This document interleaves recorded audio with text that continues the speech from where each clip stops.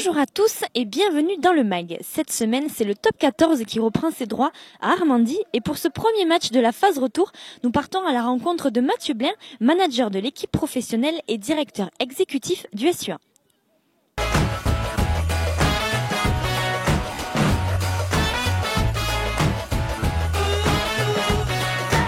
Bonjour Mathieu. Bonjour. Alors, manager de l'équipe professionnelle, directeur exécutif du club, c'est long comme intitulé. Qu'est-ce que ça veut dire pour de vrai ? Alors pour de vrai, qu'est-ce que ça veut dire ? Manager de l'équipe première, c'est évidemment la coordination de tous les secteurs, le sportif, la préparation physique, le médical, la vidéo, l'intendance. Faire en sorte que tout le monde travaille vraiment ensemble, que toutes les informations soient bien transmises, avec évidemment Stéphane Prosper et Jean-Jacques Crinquin, hein, nos deux entraîneurs qui sont les chevilles ouvrières de tout ça. Ça me permet de pouvoir moi être concentré sur le collectif, sur les analyses vidéo d'après-match, évidemment l'ensemble des entretiens individuels avec les joueurs et la préparation des choses plus tard. Donc beaucoup de choses à faire, beaucoup de jogging et de crampons, ce qui est évidemment génial.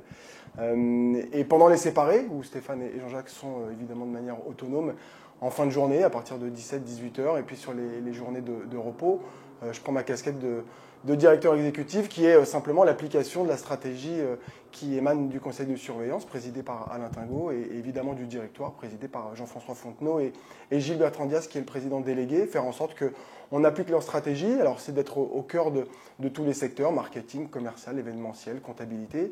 Là aussi, permettre que les gens connaissent les informations et puissent vraiment travailler ensemble, et puis faire en sorte qu'on puisse nous faire remonter beaucoup de projets qui sont validés ou non par la direction, pour qu'on puisse être vraiment acteur et participer au développement du club.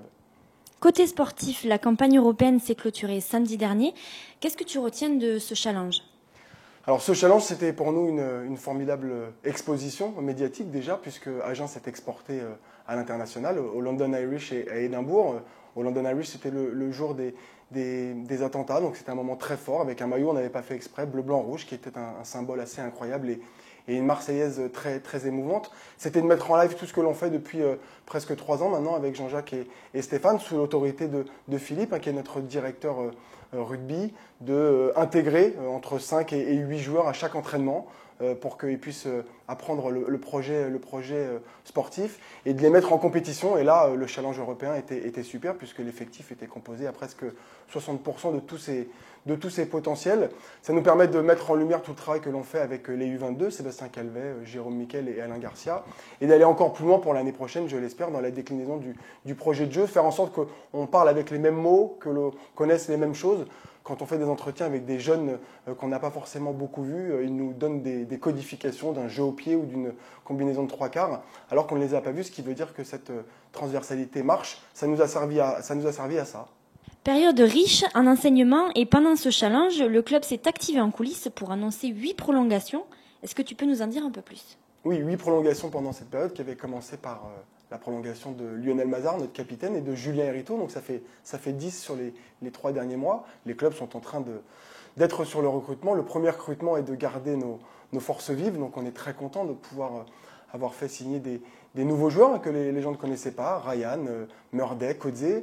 Et puis une génération que beaucoup de gens connaissent, Bartemeuf, Miquel, Marchois, Abadi et Bouvier. Donc un équilibre entre les plus jeunes et les anciens, entre ceux qui viennent de l'étranger et ceux qui sont les joueurs qu'on appelle GIF, jeunes issus de la formation française. C'est un signe très important parce que ça veut dire que les joueurs se sentent bien ici. Alors ces signatures aussitôt dans la saison de plusieurs cadres et jeunes montrent leur engagement et symbolisent aussi le projet du club. Pourquoi est-ce si important ? C'est très important parce que quand on est 14e du championnat, on pourrait croire que les choses ne sont pas positives. Quand il y a une vague de prolongation comme celle-là, et aussi équilibrée entre les jeunes et les plus anciens, on sent que le projet fonctionne bien. D'une part, l'engagement des joueurs, tu le disais, ça veut dire que pour pas mal de joueurs qui avaient des clauses pour pouvoir partir si le club était en Pro D2, quoi qu'il arrive, ils seront là, qu'on soit en top 14 ou en Pro D2, ce qui est un vrai engagement. J'entends beaucoup de supporters ou partenaires nous demandant de voir un engagement sans retenue. Donc ça, c'est une première preuve. Le projet, parce que la formation est au cœur de notre stratégie. Agen qui fait partie des 14 plus grandes équipes françaises sur presque 2000 clubs en France, qui est le championnat qui est vu et connu par tous les joueurs dans le monde. C'est une une vraie réussite sportive et qui doit amener une certaine spécificité. Alors certains ont la mer, certains ont de très gros budgets. Nous, on a une formation qui existe depuis longtemps, qui est renforcée par Academia, qui est une structure co-gérée par l'association et la SASP. Donc c'est pour ça qu'on parle vraiment d'un club. SASP, Association, Academia, les 3 entités qui sont maintenant regardées en France, puisque Academia devient un exemple. C'est pour ça que la signature de nos plus jeunes, symbolisée par notre capitaine du challenge, Paul Abadi, était pour nous très important, parce qu'un projet, c'est évidemment la construction d'un effectif avec un budget qui sera à l'équilibre, quoi qu'il arrive là aussi, évidemment grandissant si l'aventure en top 14 est prolongée, et serein et positif si l'aventure était en Pro D2, c'est-à-dire que le club serait encore plus fort. Notre objectif, c'est que le club soit plus fort, quel que soit le modèle économique dans lequel il est, et quel que soit le niveau de compétition. Ça demande un engagement que nos partenaires nous ont montré, puisqu'il y a plus de 50% de partenaires qui sont engagés sur plusieurs années. Il y a beaucoup de nouveaux partenaires. Le Lot-et-Garonne, qui est un département qui détient plus de 30 000 sociétés, voit un club et un stade Armandie pouvoir accueillir le plus grand nombre. Retour à l'actualité, ce samedi à 18h30 contre Grenoble, le top 14 reprend ses droits à Armandie. Peut-on parler d'un match charnière ? Match charnière, je ne sais pas, en tout cas un match très important. Oyonnax va au métro et à 14 points. Pau à 20 points, il va au stade toulousain. Nous, on reçoit Grenoble.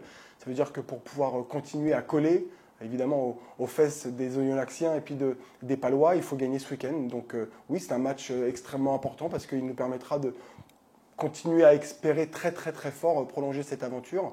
Mathématiquement, même si la victoire n'était pas là, mais moi je ne le conçois pas. On a regardé la devise d'Apollo 13 cette semaine qui disait que la défaillance n'était pas une option. On peut pas vivre ça ce week-end. Nous permettra de continuer à être dans cet objectif de prolonger l'aventure. Donc oui, un match charnière peut-être. Tu nous parles d'enjeux importants sur cette rencontre et on connaît le rôle que doit avoir le public. Qu'est-ce que tu attends de samedi ? J'attends déjà qu'il soit là, comme il l'est depuis le début. Moi, j'entends depuis que je suis à Agen qu'il n'y a pas assez de monde. On ne parle pas assez souvent de tous ceux qui y sont. On a vu l'engouement pendant les phases finales. Alors, 500 petits Gaulois ou Agenais à Perpignan, mais c'était 9000 transformés au stade toulousain quand on a fait la finale contre Mont-de-Marsan. Oui, moi, j'ai envie de voir le club rempli à ras-bord. On l'a vu presque contre Toulouse. J'aimerais le voir beaucoup plus souvent, comme on peut le voir à Brive, quand on peut le voir des fois à Grenoble, quand on peut le voir à La Rochelle. On a la chance d'avoir le club qui a une offre tarifaire qui est la plus large. Ça veut dire qu'elle est accessible à toutes les bourses, ceux qui ont le moins de finances pour ça, ceux qui en ont plus, avec des gratuités pour les moins de 10 ans, avec des tarifs spéciaux pour les moins de 15 ans, pour les étudiants, pour les femmes. D'ailleurs, je vous annonce qu'on va mettre en place une vente flash pour tout l'intermédiaire basket qui est à 40 € et qui ne sera qu'à 20 € jusqu'à demain soir, vendredi minuit. Donc n'hésitez pas à en prendre pour vous et pour vos amis. On a beaucoup d'invités, des clubs ambassadeurs et des clubs amis, avec beaucoup de bruit qui se met en place sur la tribune où nos supporters sont ici. On invite beaucoup de jeunes enfants ou jeunes adultes, soit des collèges, lycées, soit des écoles qui sont à côté de nous. Donc faire en sorte que la fête soit là. On a beaucoup d'animations avec des spectacles, avec de la musique, un cafetier d'Agen que tout le monde connaît, le MMOA, qui se délocalise jour de match. On a remis un prix attractif pour boire une boisson mousseuse que tout le monde adore. Faire en sorte qu'on soit là, il faut un engagement de tout le monde. Les joueurs s'engagent sur le terrain et c'est normal qu'on soit exigeant. Ils nous ont montré pour beaucoup, malgré l'incertitude de la compétition dans laquelle on sera l'année prochaine, qui seront là. On a besoin de tout le monde et d'un vrai engagement. J'entendais des partenaires hier nous dire que c'était à tout le monde de montrer le soutien. J'espère qu'on va avoir 10 000 personnes ce week-end. Et puis on va aller les chercher puisqu'on va délocaliser l'endroit de l'échauffement. Moi, je veux plus être vers la butte à Bébert où il n'y a pas énormément de monde. On va se rapprocher face à la Croix, là où la tribune est remplie, là où les gens sont dans les buvettes en train d'attendre le coup d'envoi, en dessous de là où il y a beaucoup de bruit. Donc on va venir s'échauffer là où ils sont pour aller chercher de l'énergie et puis entendre ce 16e homme qu'on entend de plus en plus. Voilà, il n'y a pas que dans les autres clubs que les clubs sont remplis, que les stades sont remplis. Il faut que le SUA le soit aussi. Merci beaucoup Mathieu. Merci.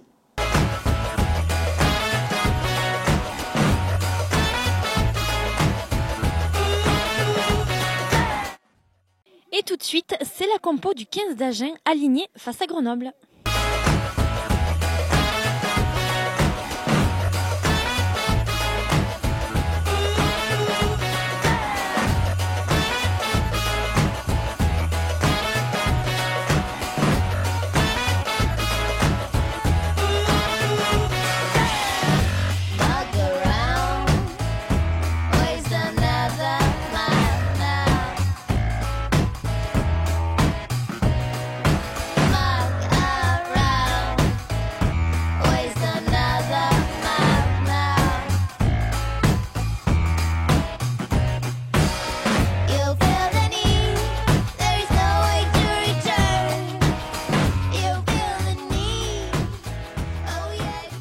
Mag, c'est tout pour aujourd'hui et vous l'avez compris, c'est l'heure de la mobilisation générale. Alors supporters et amoureux du club, on compte sur vous pour être derrière votre équipe.